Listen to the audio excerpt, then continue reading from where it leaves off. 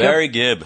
Yeah, Timmy, how you doing? I'm doing good. How are you? I want you to meet my co-host, Pam Corkery. How do you Hello, do? Pam. It's a great honour, thank you. Oh, it's my pleasure, Don. My pleasure. Yeah, I know, but I'm nearly as old as you are, so it's, it's more precious. What do you mean by that? It's more precious, you see. I want you to understand that we're an unusual co-hosting team. Tim's 31 and I'm 56. Wow. Nice, eh? Well, 56 is you're just a kid. Too righty. Yeah, I've done not so well as you in the marriage stakes. 3 divorces I've had, and you've hung in there beautifully. Yeah, but who's counting? Yeah, exactly. Hey, Barry, well, let's start by talking about this being your first ever solo tour. And you had a bit of a trial run earlier on in Florida at the Hard Rock. Yeah, well, we did a couple. We did like an hour at the DRI, which is the Diabetes Research Institute, as a charity show 2 days before the Hard Rock, and that kicked us up another level, and we did like an hour and a half at the Hard Rock, and that pretty much beat the old girl up. This is a great band. Timmy, it's a great band. Regardless whether I'm on forget about me. This is the most amazing band, and we got Morris's daughter, Sammy, and we got my eldest son Stephen on lead guitar, sings fantastic. So it's a show for all ages, I'd say. Well, this is an interview for all ages, by all ages. I was thinking, we saw your Channel 7 interview here in New Zealand last week, and you said, this is the time of finding out what your role is. Is it mentoring the new dynasty? Well, I wouldn't know how to call it that, or I just want to know what the next episode is. And I just want to be able to find out, as corny as it sounds, Pam, who I am, am I a member of a group that no longer exists, or am I the songwriter and the singer that I can still be? And so I'm out there on an adventure. I'm out there on a sentimental journey, a sojourn. I want to go and reflect. I want to go to where we lived as kids. I want to see New Zealand again.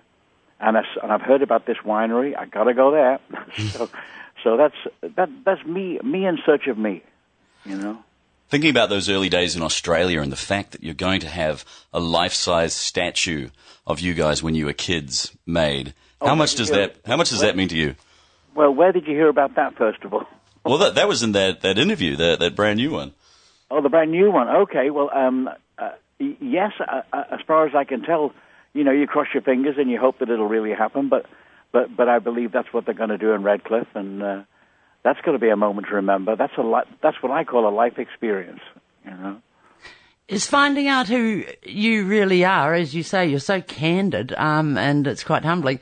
Is that going to be an archaeological dig, finding out who Barry Gibb is? Or? I'd find a few old bones. Is it a big job you're looking at? Well, I don't look at it that way. I'm hungry to play. The musicians that are with me are impeccable, and it's hard to really steer down the wrong track. I'm doing the songs I've loved and the songs we've written together all my life. So I should think for me it's going to be an ultimate pleasure just to be on stage, And wherever I look and wherever I go on that stage, my brothers will be with me. So. And to have Morris's daughter there and your son, that is just the best idea to keep it in the Gibb family as well. Oh, and more so than that, there are Gibbs in the wings, there are Gibbs involved in the technology, and it's just a whole mess of Gibbs. In the Channel 7 interview, you said you still call Australia home. Yeah. So do you look down on Kiwis? Of course not. How can you even suggest such a thing? It's the national sport. You know that. No, I don't. I think New Zealand is magnificent. When we were children, we worked with the Maoris. We worked with the Maori troubadours in Surfers Paradise, and with Prince Tui at the Chevron across the road from the Beachcomber, and we all hung out together, and we learned an awful lot. And it's those days I hearken back to. And let's face it, Queensland is one of the most beautiful countries in the world. It's just that it's far away, so Americans don't quite appreciate it, but it is. Back to those early days, and a song that was number one in Australia and New Zealand, just as you were going back to England. And Spicks and Specks, what can you remember about the writing of that song and how that song really kick-started things? I remember being that we were doing sessions in Hurstville with a gentleman called Ozzie Byrne, who sort of felt sorry for us because we couldn't get any studio time, and he had a little studio behind a butcher shop, you know. So we were peeling off songs and writing and working all night and playing all night and inventing songs, and there's a whole bunch of songs from those sessions. One of those songs was Spicks and Specks, and you know, one thing led to another. It just worked out. We didn't know it was going to be a hit, you know, until Nat Kipner came along, and who was the head of Spin Records, and he took that whole bunch of songs and made that into an album, and we sent those songs to NEMS and to England to see if anyone was interested, you know. And Spicks and Specks did everything we ever dreamed it could do in Australia and New Zealand, but they were not interested in it in England or in Europe. They just you know, that we've had enough of groups. We've had enough of groups. That's what, they weren't signing any more groups. And so we thought, well, maybe that's true, but it didn't turn out to be so. Well, they signed a clan, and such a beautiful family. The drive for success was when you were all so young. I mean, yeah. As adolescents, how did those conversations go? Did you practice your acceptance speech for a Grammy or something? No. No, but I'm interested. It's lovely. Prospect. Well, first of all, we didn't know about Grammys. People like Elvis and Johnny O'Keefe and Cole Joy were just coming on the scene as we arrived in Australia, or they'd been around a couple of years, but we were hearing them for the first time. So there was nothing like that. It was how do we get some work? How do we sustain our family? You know, and that was the reality of it. We didn't have any money. That was the reality, and so finding work, any work, was the key. And working in hotels and returned soldiers clubs later in Sydney, the RSL clubs and the rugby leagues clubs and places like that, you know. But you got about $20 a show, maybe sometimes less, you know. But it put food on the table and you saved up for if you fell in love with a shirt, you saved up for it, you know. And life was just like that. It was the, you know, as a child, the best years ever. For me, I would want that on every child. The older I get, the more amazing it seems that when you guys were just teenagers in Australia, and even though you talk about a few flops, I mean, you were still on TV a lot, and yeah, right. You know, you're pretty well known. You're doing pretty good, and you somehow convinced your parents that you were going to go back to England. Yeah. How did you manage to convince Mum and Dad and the rest of the family we're going back to England? I think they got a sniff of it. I think they thought that we were watching the Easy Beats go back to England, and we were watching the Seekers go back and having great success, and we just knew we could. It was really the Beatles, yes, but the Hollies more. We loved the Hollies and the Fortunes. Do you remember the Fortunes? Mm. Oh, yeah, people don't mention the Fortunes anymore. That's right. Hey, what was that? Yeah, but people don't talk about the Fortunes so much anymore. Terrible. Yeah. It's terrible. They were probably the best vocal group I ever heard, you know. And they did that song, "You've Got Your Troubles," you know, and things like that. Anyway, it was the Hollies, the Fortunes, and the Beatles that convinced us we could do it, and we could do the harmonies, and we could go back there, and we could take a shot, and sort of what we did, you know, and typical of the whole journey. We were told along the way we couldn't make it. You know, don't worry about it, boys. You just need to get a job. Don't worry about it. You know. And we wanted to be discovered. We didn't know what it meant, but we wanted to be discovered. Yeah. Well, there's in a recent interview you talk about you sometimes trying to say to Morris and Robin years later after all the extraordinary success, just to say it's okay. We've done all right. We've done pretty well. Okay. Yeah, they were always in a panic. Robin was always in a panic about having yet one more hit record, and we'd reached a stage in life where radio really weren't ready to play a new single by the Bee Gees. You know, we'd passed that age area where you could appeal to young kids. You know, we've always had that trouble. we couldn't appeal to adults when we were kids, and we couldn't appeal to kids when we were older. So, for all that, you've certainly more than etched your part in world music history. Anyhow, is it ever enough for you? It's not enough for me because all I think about is music. Apart from my family, music is. I don't even have a hobby. My whole life is music, and my children, and music is right there. I can't think of anything else. I can't stop writing songs. Music doesn't stop. A group can evaporate, and members can pass away, but the music mustn't stop, and that's my job. Is that my job is to pick up the flag and run with it now. Is that tiring in your head that there's always music? You get triggers from, for example, going over ridges in the road. That's right. Well, my nature of songwriting is you could say anything to me, Pam, during this conversation, and I'll make a note of it as a title of a song. That's how I function. People say things.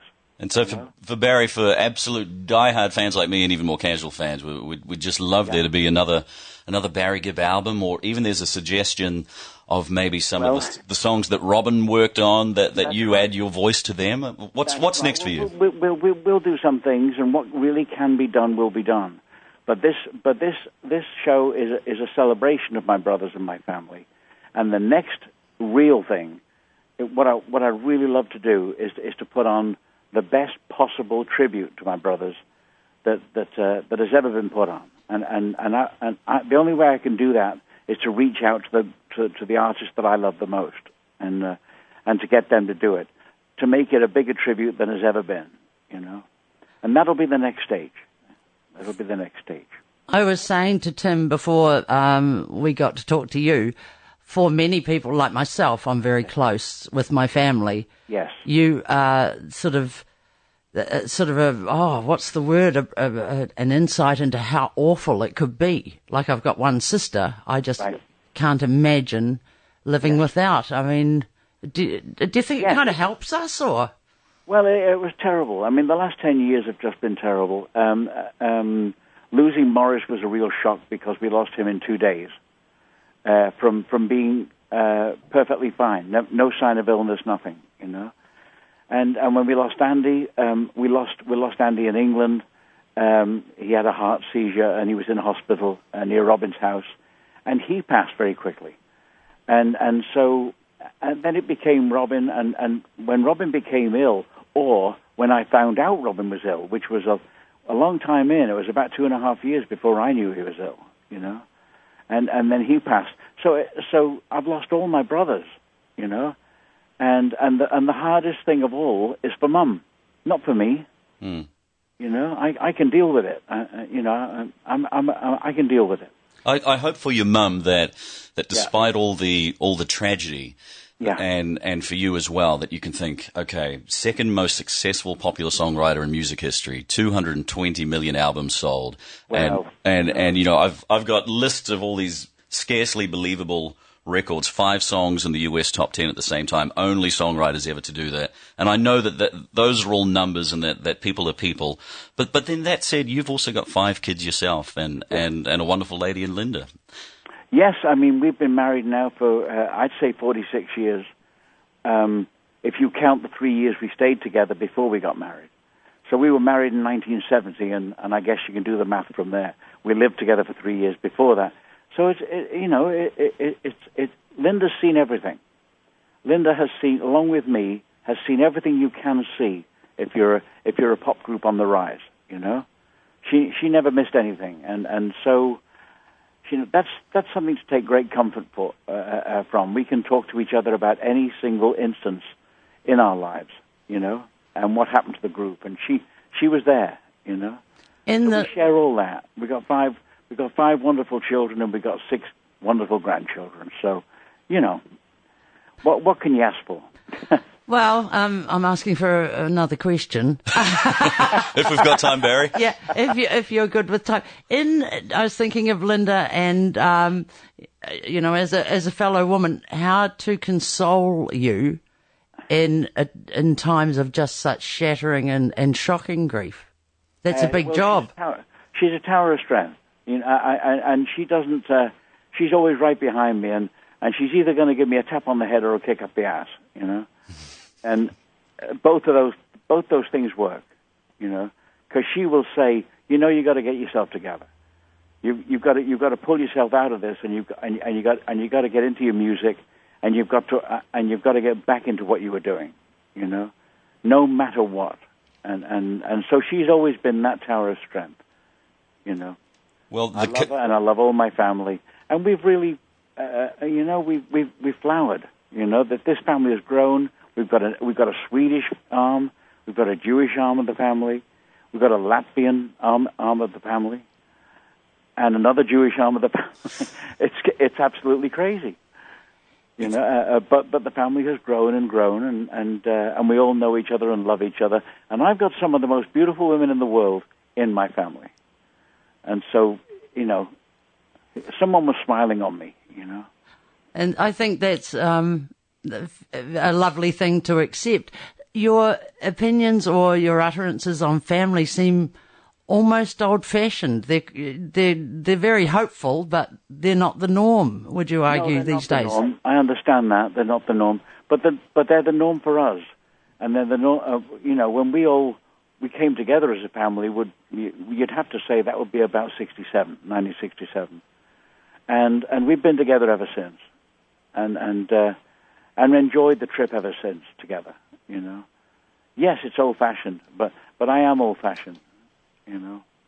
And so is she. We're very happy with the way things were before the computer came along. Mind you still look hot, so don't get too much on the old-fashioned.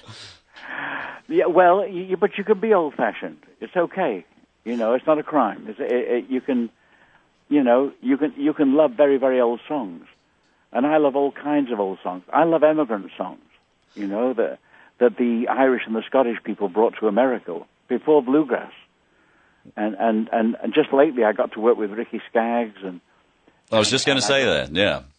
Hey? I was just going to say that you at the Grand Ole Opry with Ricky Skaggs. The Grand Ole Opry, man. And that seemed like for me the most emotional version of How Can You Mend a Broken Heart I think I've ever seen. But Ricky Skaggs, Ricky Skaggs looks like he's taken you under his wing. Well, he was helping me through that darkest period. Yeah. He was helping me through that. He is by nature a devout Christian, and he took me there. He took me there and made me understand, and letting me do those shows, knowing how much I love that music. You know, they're very pure. They don't let people play with them if they don't think it's right. You know, but there I am at the Grand Ole Opry, and he just put me under his wing, and we had a ball. You know, but when I finished doing that, my love for that kind of music now will never go away. It's in deep. Yeah. It's in deep. And if you hear an album out of me in future, it'll be a great mixture of that kind of music. And Mr. Skaggs will be on that album with me. Well, and you guys you've given him a song for his latest album. Soldier's Son. Yeah. Soldier's Son. And I think it'll be on TV soon. I'm waiting for that commitment. It's coming, but I'm waiting for that. And it needs to happen before we go to Australia so that we can get it in the can, you know. But it's recorded. I think they want a television show. I think they want a Letterman show, you know. Really? But we'll get to that. If it's doable, we'll do it. Yeah. We'll do it. But what a wonderful experience, Tim. Have you ever had someone like that in New Zealand, like a full-blown bluegrass festival of any kind? I don't know that we have country music festivals in the South Island and also south of Auckland. It's quite popular. Yes, but is it bluegrass? I would have to say country music in New Zealand, to say you're locally, homegrown, to say you're a fan of it, it's a quick step to social oblivion in New Zealand. It's sort of, it's your knee slapping kind of thing. Don't worry, you won't hear any of those kinds of songs. we have to look overseas to fulfil that side of music. Just going back to Australia, you said a beautifully candid thing. I keep referring back to that Channel 7 interview at the end of a pier, I think it was, in your hometown, and you said, like, we can either be criminals or be utterly successful at music. Was that serious? Dead serious. Don't forget they're 3 years younger than me, and we were 3 kids. And I was getting more and more worried that we were going to get in trouble with the police because we were always shoplifting, especially at Woolworths because it's easy, And Woolworths is gone now, but it was very easy. And we used to shoplift all kinds of things. And one day it hit me real hard that we could do this and go to jail, or we could make up our minds to really make that attempt to become famous. And I gave them that lecture halfway down the pier at Redcliffe Pier. And I said, whatever we've got in our pockets that was stolen, throw it into the sea now. And we did that. So there's a number of pen knives, false rings, things that you wouldn't bother stealing anyway. And I can point to exactly where we threw them. They're probably still there, Well, they're worth something now. It seems such a fatherly role. I'm sure if the situations were reversed and you had passed, do you think your brothers would say, well, if it hadn't been for him? I don't know. Well, do you feel you've done a good job? Because from the outside, it looks like you've been a stunning elder brother. Well, I've been the elder brother, and I've lived the role of the elder brother. So whilst that's not always appreciated, that's the way it was, keeping us all out of trouble, sometimes not helping when we got in trouble, but always trying to keep us out of trouble, and then as time went on, I sort of took over the oversight of the business because nobody else wanted to do it, and that way I learned all about publishing and I learned about the business, and so everything seemed to happen for the right reasons. But you're not supposed to be the eldest brother, You're just supposed to be a brother. And so over the years, they didn't like that very much. Morris and Robin didn't, no. Yeah, but someone's got to do it. Someone's got to do it, right. And I was left holding the can, if that's the word. Does that seem like, this is, me being cheeky, but do you think that was, cheeky asking, but was that times when you had conflict? You seem to have terrible regret. Yes. The conflicts for us came later on, much later on, mainly because of advisors, mainly because in the early days we were one family. We were just one family. Mum and Dad, the 3 of us, Andy and Leslie, my oldest sister, who still lives in Australia. But that was one family.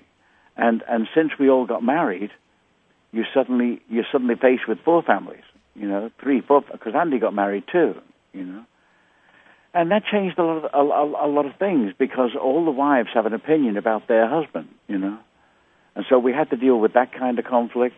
Why isn't my husband heard more?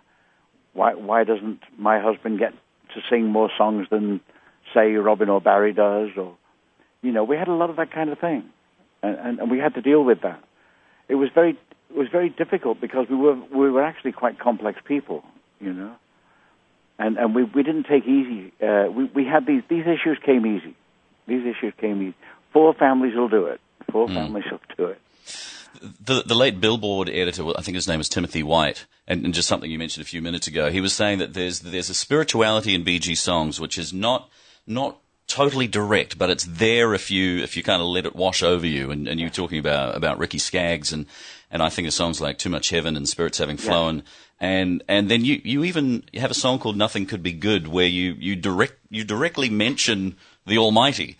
And so that's always struck me as, was that just a stage you were going through then, or is it something that's kind of carried through? I think religion in and of itself and spirituality are the absolute pure tools of a songwriter. And for instance, if you listen to mountain music or emigrant music or bluegrass music, religion was the only subject.